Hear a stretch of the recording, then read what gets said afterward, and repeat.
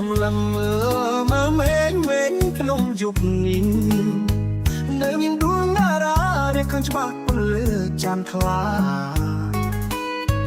នឹកនាងនៅឆ្ងាយនឹកស្រីដែលបងស្នេហាទោះជាឆ្ងាយគ្នាយ៉ាងណាគ្មានថ្ងៃភ្លេចស្រីម្នាក់នេះជាងផ្ដាំកើមេឃស្រែកប្រាប់ផែនដីជួយប្រាប់ទៅស្រីថាខ្ញុំនឹកនាងខ្លាំងណាស់ដួងតារាអើយអ្នកហើយដឹងរឿងខ្ញុំច្បាស់ដួងច័ន្ទដែលកំពុងរះឃើញហើយថាខ្ញុំសោកាតើពេលនេះអូនកំពុងធ្វើអ្វីតើដឹងទេស្រីថាបងនឹកអូនប៉ុណ្ណា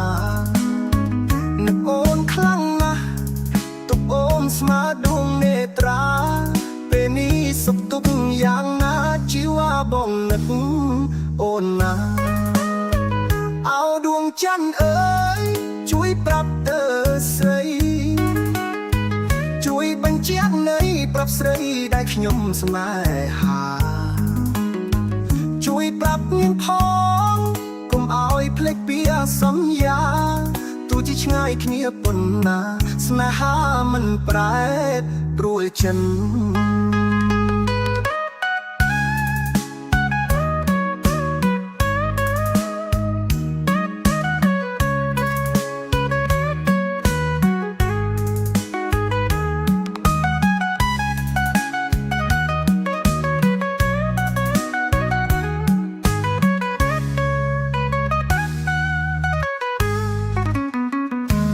ពេលនេះអូនកំពុងធ្វើអ្វីតើដឹងទេស្រីថាបងនឹកអូនប៉ុណ្ណានឹកអូនខ្លាំងណាស់ទុកអូនស្មើដួងនេត្រាពេលនេះសុខទុក្ខយ៉ាងណាជីវ៉ាបងនឹកអូនណាអោដួងច័ន្ទអើយជួយប្រាប់ទៅស្រីជួយបញ្ជាក់នៃប្រាប់ស្រីដែលខ្ញុំស្នេហាជួយប្រាប់នាងផងកុំឲ្យភ្លេចពីសន្យាទោះជាឆ្ងាយគ្នាប៉ុណ្ណាស្នេហាមិនប្រែប្រួលចិន